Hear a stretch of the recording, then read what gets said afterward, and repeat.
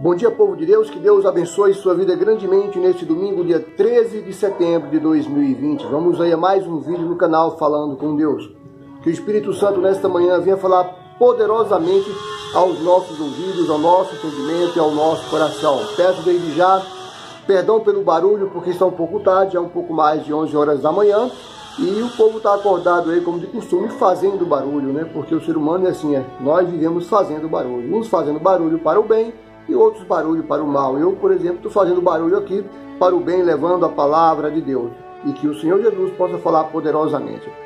Há quem pergunte, aonde está Deus? Eu quero falar sobre isso hoje. Eu pergunto para você e para mim mesmo, aonde está Deus?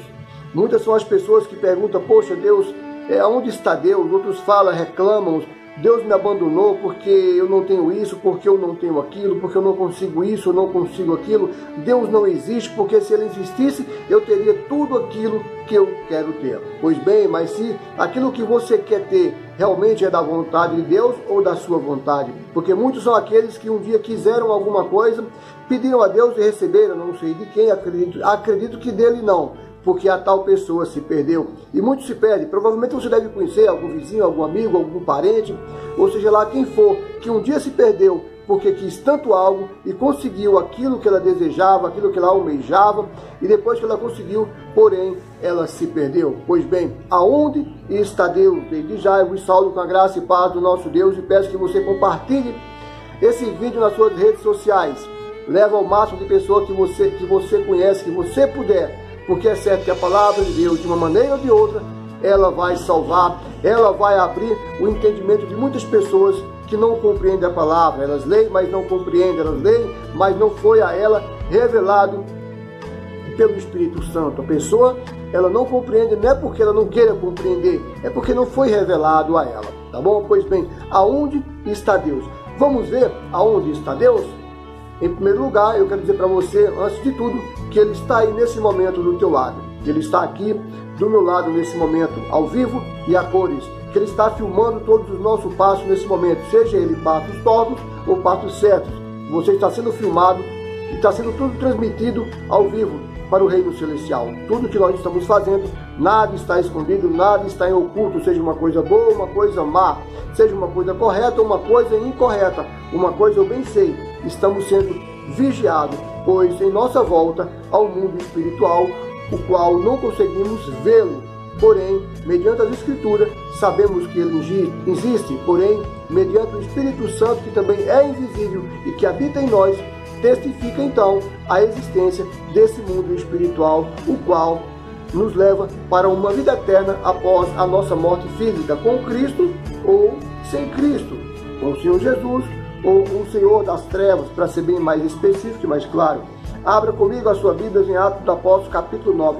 Vamos falar um pouco acerca de um homem chamado Saulo, que hoje nós conhecemos como Paulo, mas no passado o nome dele era Saulo, um perseguidor da igreja primitiva, e vou mais além, um dos principais aí perseguidores da igreja primitiva, ao ponto dele pedir carta, tá, aos grandes para poder ir até uma cidade chamada Damasco e perseguir um povo de Deus que tinha lá. Tinha um monte de crente lá e ele perseguia esse povo, tá? Começou isso desde a morte de Estevão, que eu também vou falar acerca disso, que está um pouco antes, mas eu vou falar. Vamos lá. E Saulo, respirando ainda ameaças de morte contra os discípulos, no geral, os discípulos do Senhor, dirigiu-se ao sumo sacerdote e pediu-lhe cartas para Damasco. Ele foi até o sumo sacerdote e falou, ô sumo sacerdote, é o seguinte, eu estou perseguindo esse pessoal aí, eu não gosto, eu não creio nesse Jesus aí que todo mundo fala, eu quero carta, eu quero autorização do Senhor para ir até Damasco, prender os crentes que estão lá, prender aqueles que servem a esse tal de Jesus que estão lá. Prosseguindo, para as sinagogas de Damasco, no caso, né? A fim de que, se encontrasse alguns daquela seita, olha lá o que ele chamou.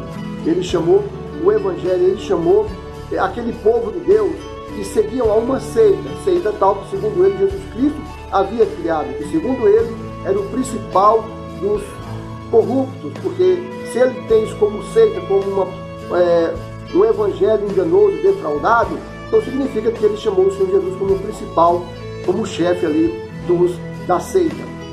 quer homens, quer mulher, os conduzisse presos a Jerusalém. Vou até Damasco e vou trazer para Jerusalém esse pessoal aí que serve a essa seita, que tem seguido a essa disciplina desse tal Jesus. Jesus que não sei dizer se ele conhecia ou não pela idade dele, né? Mas talvez fosse criança quando o Senhor Jesus estava entre ali os fariseus, publicanos e pecadores, como também entre os discípulos, né? E indo no caminho, aconteceu que, chegando perto de Damasco, já perto do objetivo de Saulo, né, que é Paulo, subitamente, de repente, no caso, o cercou um resplendor de luz do céu, e caindo em terra, ouviu uma voz que dizia: Saulo, Saulo, por que me persegues? E ele disse: Quem és, Senhor? Ele não sabia quem era. E disse o Senhor: Eu sou Jesus, a quem tu persegues. Duro é para ti recalcitrar contra os aguilhões. E ele, tremendo e atônito, disse: Senhor, que queres que faça? E disse-lhe o Senhor: Levanta-te, entra na cidade, e lá te será dito o que convém fazer. Ou seja, Deus estava ali, no meio, do lado de um homem que estava perseguindo o povo de Deus. Deus estava do lado de um homem que estava com um propósito único, de prender os cristãos, de prender os crentes, de prender aqueles que servem a Deus, que conhecem a palavra e que viviam e tinham como alimento principal, e tinha como alimento primórdio a palavra do Senhor Jesus Cristo. E ele perseguia esse povo para prender e até matar, se possível fosse. E Deus estava ali, o Senhor Jesus estava ali, e se revelou a Paulo. E Paulo não queria revelação nenhuma de Deus, o que ele queria era perseguir aqueles que serviam a Deus.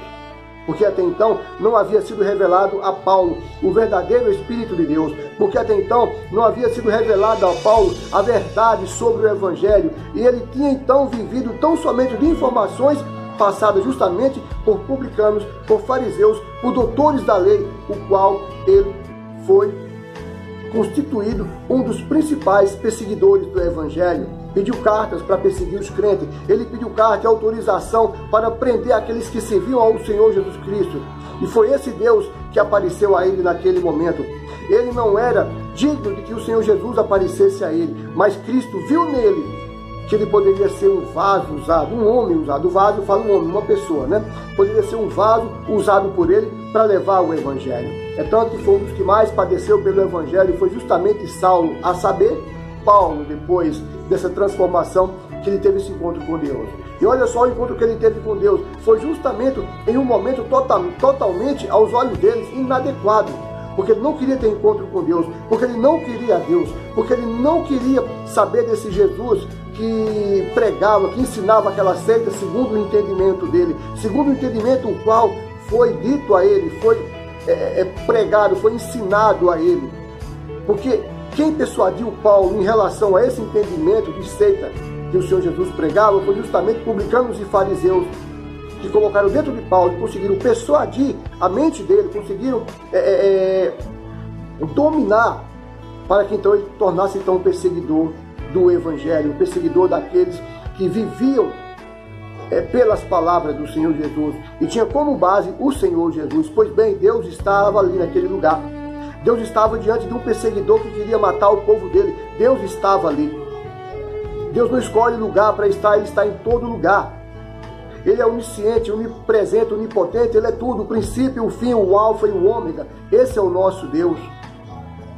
Pois bem, agora eu quero outra passagem com você para que você entenda mais um pouco aonde eu quero chegar. Nós vemos acerca de Paulo, que foi até Damasco, né, para perseguir o povo de Deus, os crentes, né, que viviam segundo o Evangelho que Cristo pregou, segundo as palavras de Cristo, né? Vamos lá então. Voltamos um pouquinho e vamos para o 8:26, tá? 8:26 de Atos. E o anjo do Senhor falou a Felipe dizendo: levanta-te e vai para a banda do sul, ao caminho que desce para Jerusalém, para Gaza, que está deserta. E levantou-se e foi, e eis que o homem etíope, eunuco mordomo mor, de Candace, rainha dos etíopes, o qual era superintendente de todos os seus tesouros, e tinha ido a Jerusalém para adoração. Adoração, isso é muito forte. Regressava e, assentando no seu carro, lia o profeta Isaías. E disse o Espírito a Felipe, o Espírito Santo: chega-te, ajunta-te a esse carro. E correndo Felipe, ouviu que lia o profeta Isaías, e disse: entendes tu o que lês? Ele disse: como poderei entender se alguém não me ensinar? Deus também estava ali, onde aquele homem estava lendo o profeta Isaías e não entendia absolutamente nada do que estava lendo.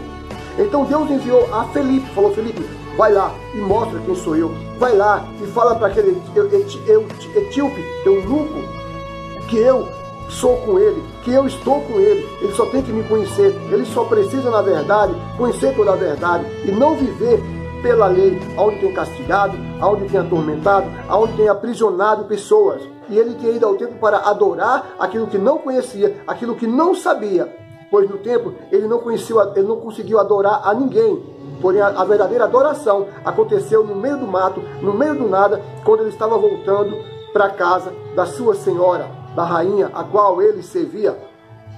E Felipe, chegando a ele, então explicou acerca do profeta Isaías, que falava justamente acerca do Messias, do Senhor Jesus.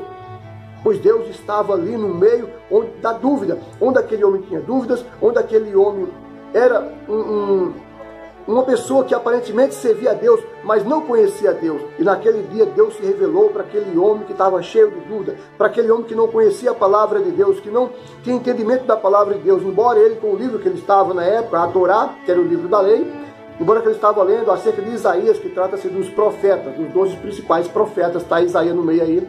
No caso seria a Tanar e não a Torá, tá? Mas eu não quero falar acerca disso, que é um assunto complexo.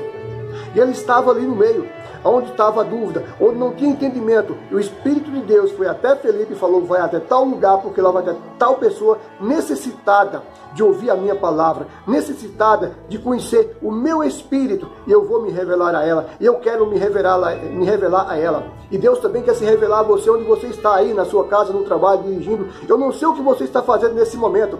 Se você está fazendo alguma coisa errada ou certa, não interessa. Deus está aí, está vendo você, está tentando se revelar a você, assim como ele se revelou a Paulo, assim como ele se revelou ao eunuco, né? Ao etíope, ele se revelou a ele também, onde estava cheio de dúvida, não tinha conhecimento da verdade, estava indo para adorar nada, a ninguém, porque ele estava simplesmente seguindo a uma lei que lhe fora proferido, a uma lei a qual ele estudou dentro daquilo e acreditava que aquilo era servir a Deus. Ele acreditava que servir a Deus era ir lá no templo em Israel, né? Levar lá alimento, levar oferta de manjares ou qualquer outro tipo de oferta, tá? Chegar lá e ler a Torá para fazer parte da pregação que o pessoal, eles liam todos os sábados ali no templo, né? Ainda hoje tem esse costume de fazer tal coisa. Ele achava que aquilo era adorar a Deus. Ele achava que adorar a Deus era simplesmente levar uma oferta no altar, levar um sacrifício no altar, levar algo de mantimento ali para os levitas, para o povo que servia no templo, que ficava ali aprendendo as coisas, pessoas que ninguém sabia o caráter, segundo o Senhor Jesus e a Bíblia, eram pessoas que difundiam a palavra de Deus, eram pessoas que distorciam a palavra de Deus e não seguiam a lei de fato e de verdade. Deus estava ali naquele meio. Ele teve compaixão e misericórdia daquele moço que foi para adorar e nada adorou, mas no meio do caminho, pela sua vontade de querer aprender, de querer entender, o Espírito Santo se revelou a ele no meio do nada, como também o Espírito Santo se revelou a Paulo no meio do nada, quando ia perseguir a igreja. Você vê que são fatos diferentes. Paulo estava indo perseguir a igreja, Saulo no caso, né, que depois tornou-se Paulo.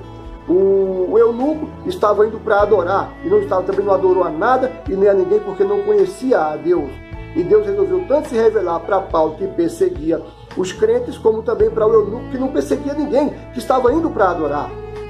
É aí onde eu quero chegar, que Deus está aí onde você está nesse momento.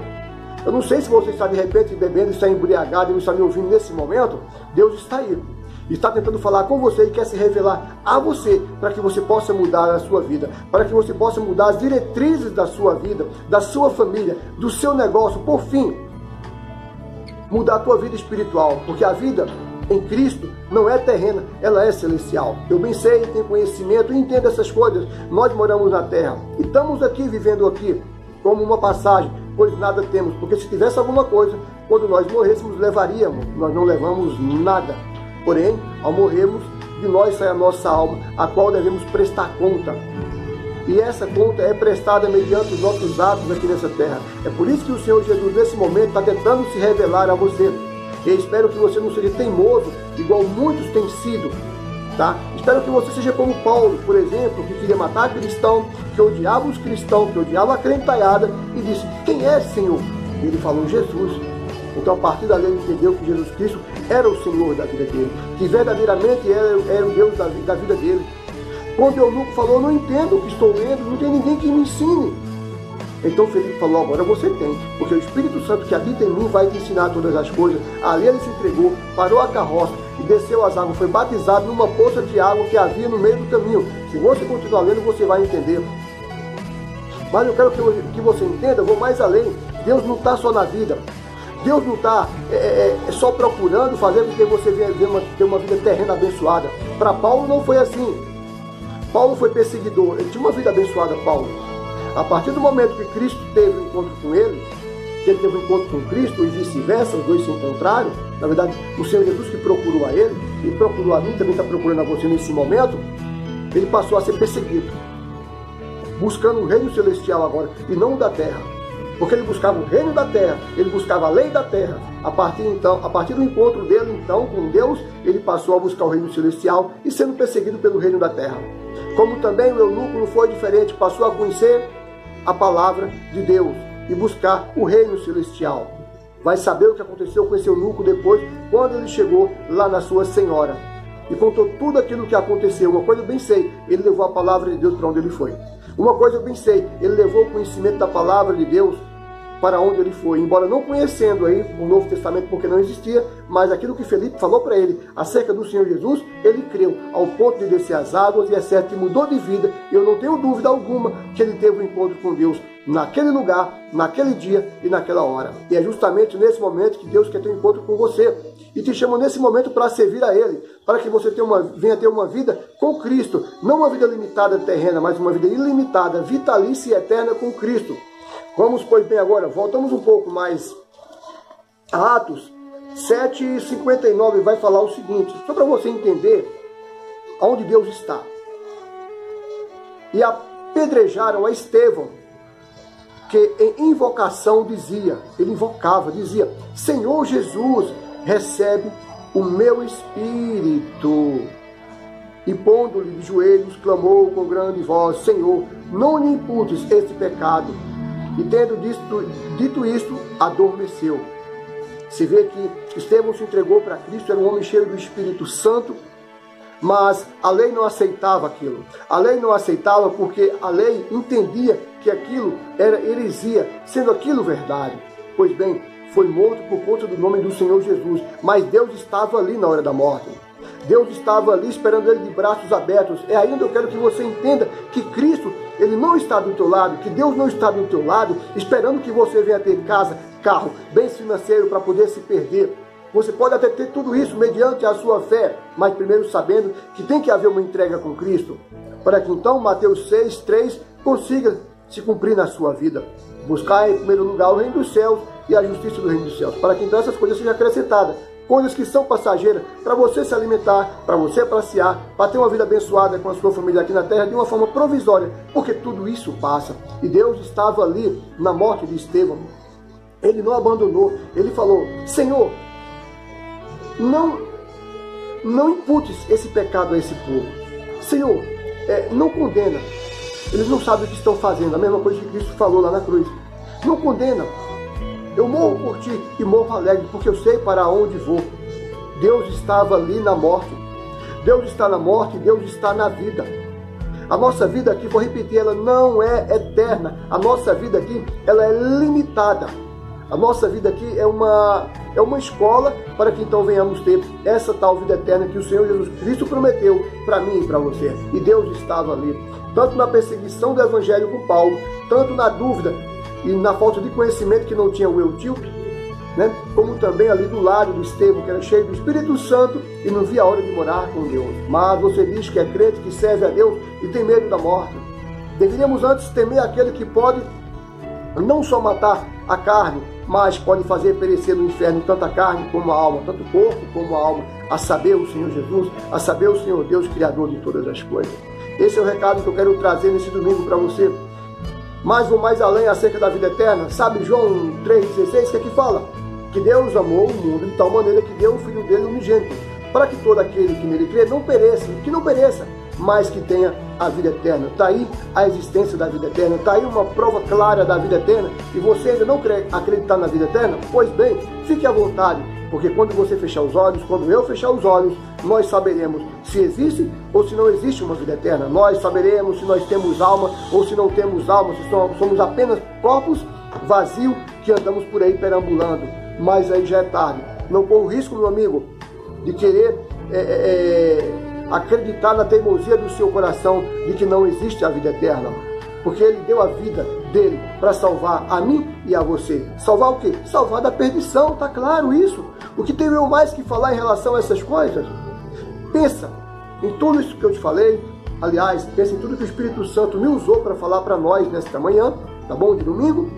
E se volta para Deus, larga tudo aquilo que você está fazendo e se ajoelha aí onde você está, para que então Cristo possa te receber como um verdadeiro filho, e você possa reconhecê-lo como Senhor e Salvador, único, eterno e suficiente da sua vida. Que Deus abençoe e até amanhã com mais um vídeo no canal Falando com Deus.